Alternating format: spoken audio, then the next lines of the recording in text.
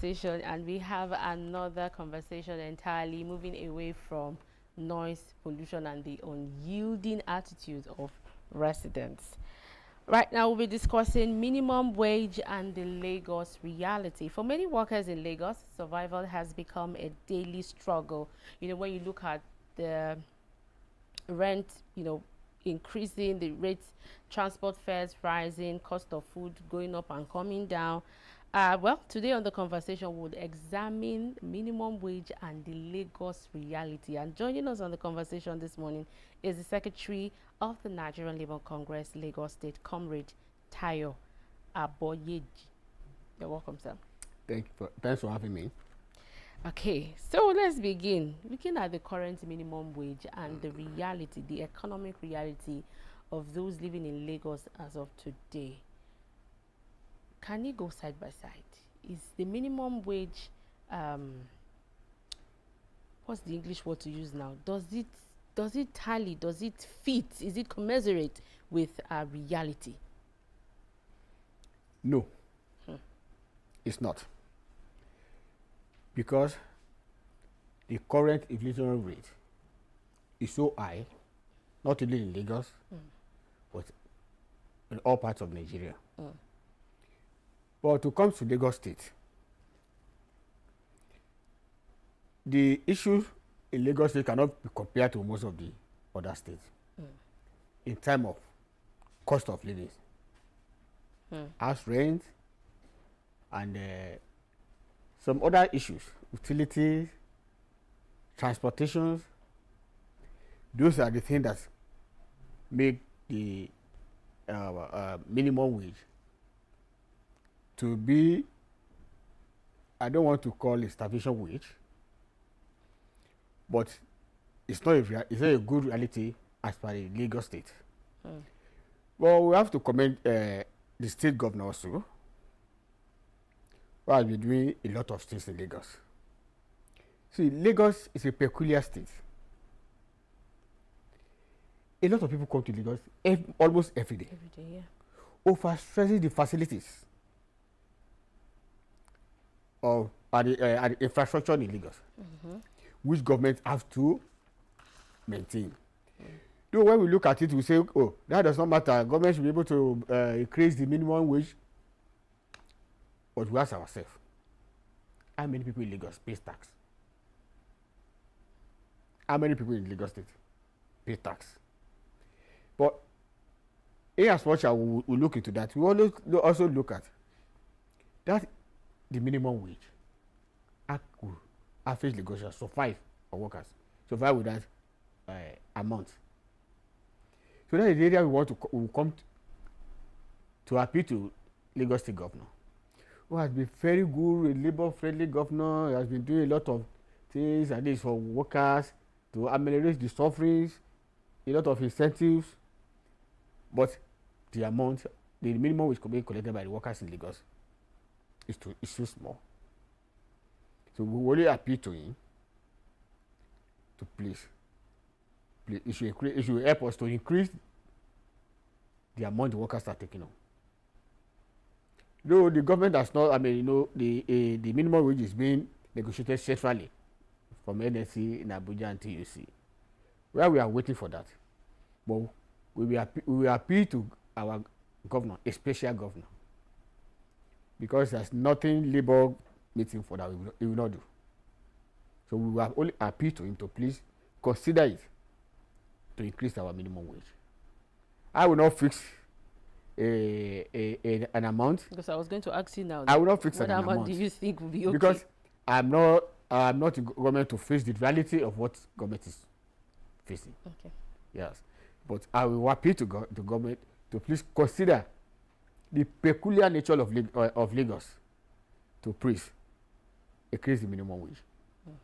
Okay, we know that Lagos State has, commenced the payment of minimum wage. But again, I want to know if the NLC also, get feedback from the private sectors and see that if these employers over there are also complying with the payment of the minimum wage. Yes, immediately the minimum wage bill was passed, the NSC met with private sectors also and see that how this how they can implement it. We have been meeting, some are complied, I won't say all, but we did not rest on our ears to see that everybody, all the private sectors, complied. So the issue of compliance now, those who are not complying, what is the NLC doing, or what steps are you taking?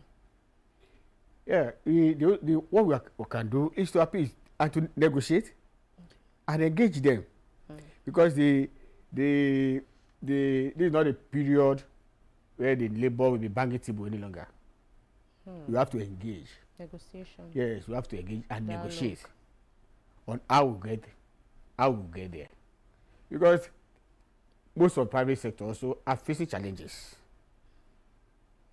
So that's why we will treat them on merit, but definitely we'll get there because they must also pay the minimum wage. Okay, beyond salary now, let's talk about workers' welfare. Beyond salary or the payment of the minimum wage, what other welfare concerns is the union also looking into for workers? Yeah, just as I said, government is trying their best, at least, especially when it comes to transportation. But it's not enough anyway. We want to appeal to government to subsidize transportation for workers, and the education also. The education cost is so expensive now that 85,000 minimum wage will not be able to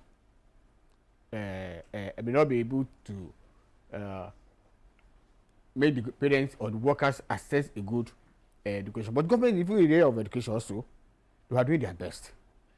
But as workers, we keep on asking for more. We keep on asking for more. So we want them to come in the area of subsidizing education for workers, the transportation also, and even medical. But I will still commend them also because we have Ilera Eco that are helping workers. In the past, I don't think there's nothing like that. But these days, you can access Ilera Eco. The government has subsidized it. So you can access medical facilities easily. But I will say we can still ask for more. And we have a listing governor who will help us.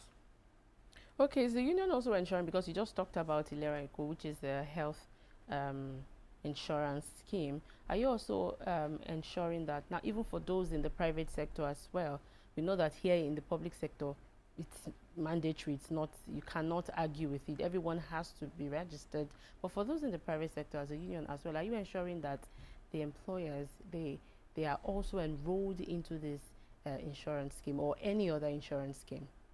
Yes, I'm even from private sectors, and my union as a private sector and others who are in private sector have been encouraged to please join the Ilera Eco because it's beneficial to everybody.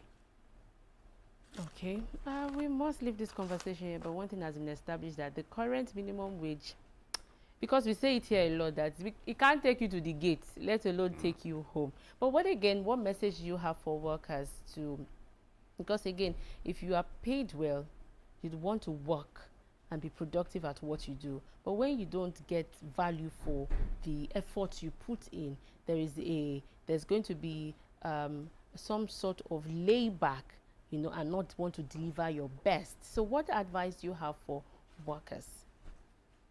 Well, the advice I have for workers is that, let me correct your assertion that the minimum wage cannot take you to the gate, talk less of take you home. Okay. But we should even appreciate our governor. Most of the states, even after passing the bill, they did not pay. And Lagos state government, when they approved, they even paid area. So let's appreciate that. But to the workers, we have hope. We are appealing. And I know governor is listing governor. By the grace of God, he will listen to us and increase the minimum wage.